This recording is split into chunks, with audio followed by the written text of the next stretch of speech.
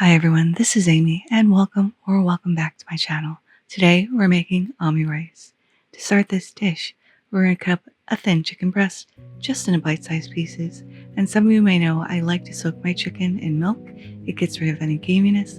So once you have it in bite-sized pieces, put it in a bowl and cover with enough milk and set that aside. We're also going to defrost some frozen peas in some cold water. Next up, we're going to do a small dice on a little onion, a little carrot. And we also need 1 clove of garlic. Apologies if you can hear outside noise. I have the windows open because it is such a gorgeous night in New York, and how could I not?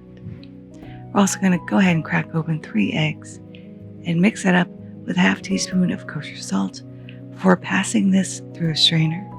It's going to give you the silkiest omelet possible. I passed mine through twice. You don't have to. I was just being a little extra with this. We're going to start cooking our chicken, and when it's almost cooked through, we're going to salt with the season with a little salt and pepper. We're going to add our carrots and our onions and garlic and cook that until the onion just turns translucent before adding in our day-old rice, a little soy sauce, a little ketchup, which may sound weird but is normal for omurice, as well as our now defrosted peas. We're going to cook this until that rice is heated through and the ketchup and soy sauce are mixed throughout. Then we're going to put this in a mold or bowl if you don't have one of these cute little papaya molds. Set that on a plate and set that aside while we prepare our omelet.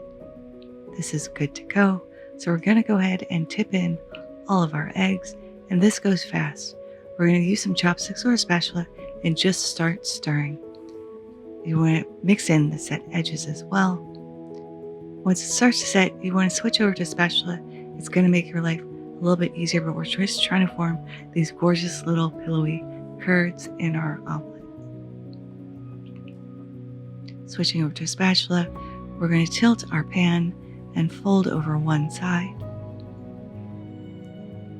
Tilt it the other way and fold back the other way as well. And at this point, you want to shut off the heat. Your omelet is perfectly cooked. Mine did overcook because it was sitting in this hot pan while I set up the rest of the shot, but I digress. If you're not filming, this omelet will be perfect. We're unmolding our rice. Look how beautiful. Carefully tipping on our omelet, sprinkling on a little ketchup, and this is looking stunning. Now let's go ahead and give this a taste.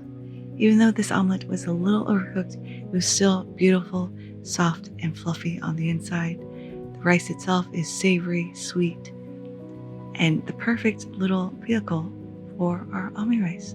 But there it is, omurice.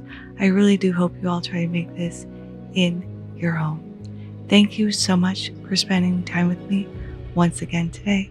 I appreciate every single one of you. If you like this video, give it a like. If you loved it, please consider subscribing and hitting that notification bell if you haven't already, because I put out new videos every Thursday. Thank you so much again, and until next time, happy cooking.